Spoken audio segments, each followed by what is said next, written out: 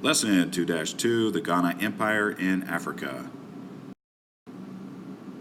This lesson explores the Ghana Empire,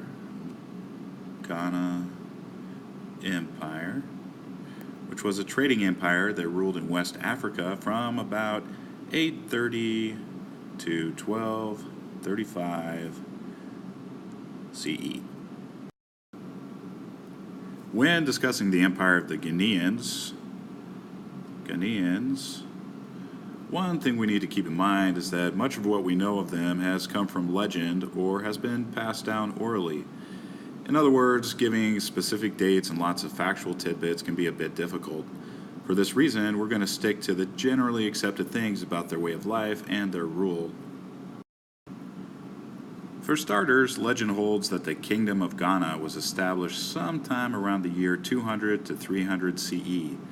However, it didn't really begin to take off until about the year 350 CE, when the Ghanaian people learned the art of iron smelting.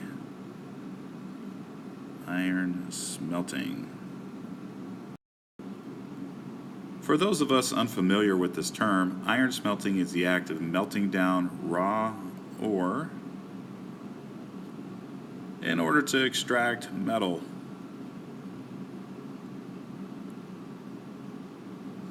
Using smelting to make iron swords, Ghanaian warriors were able to conquer the people around them and spread the boundaries of their rule to include much of the Western Sudan by about the year 830 CE. With this surge of power, the Ghana Empire took control of West Africa's major trade routes, which carried salt and gold throughout the region and even into Asia and Europe. Salt and gold. Of course, this, along with their iron-wielding warriors, made the kingdom extremely powerful and wealthy. In fact, the name Ghana actually means both warrior king and king of gold. Ghana equals warrior king and king of gold. Speaking of kings, the Ghanaian kings were very adept at using the trade routes to turn a profit. Tradition tells us that the Ghanaian kings taxed all goods that entered Ghana. Taxes. This made the king so wealthy that legend holds all the gold nuggets in the land belonged to him, while everyone else had to settle for trading gold dust.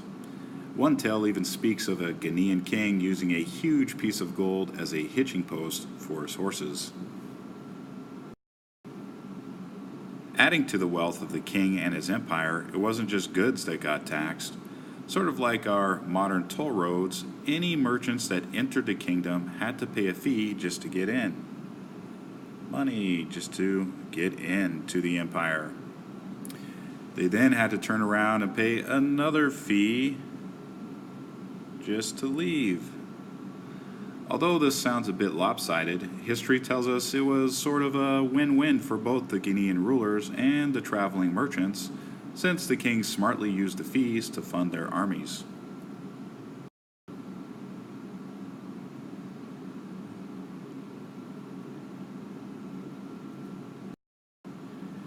With this healthy budget of sorts, the army then made sure Ghana was a safe place to travel and do business.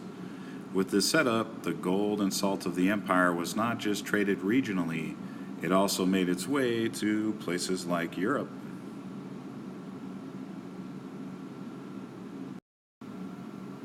Sadly for the people of the Ghana Empire, as their goods were shipped to other parts of the world, the other parts of the world became very interested in getting their hands on the region. In other words, outsiders started thinking, why settle for a bit of gold when we could conquer them and have it all? As these outside forces began to bear down on the empire, it began to weaken.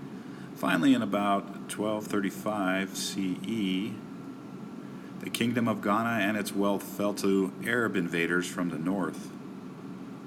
Arab invaders. With this, the once mighty warrior kings of Ghana were reduced to pawns in a war for the wealthy lands of West Africa that would last for generations to come. Let's review. The Ghana Empire of Africa was a trading empire that ruled in West Africa from about 830 to 1235 CE. It used iron smelting, the act of melting down raw ore in order to extract metal to produce iron swords, which allowed its warriors to conquer much of the western Sudan. With its military power, the Ghana Empire ruled over the trading routes of western Africa. These routes saw gold, salt, and many other goods shipped from Africa to places as far as Europe and Asia. Due to this, the Kingdom of Ghana became very wealthy, with the name Ghana carrying the twofold meaning of warrior king and king of gold.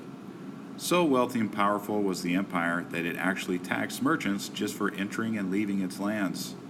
Unfortunately, as the Ghanaian people traded with the outside world became interested in conquering its wealthy lands.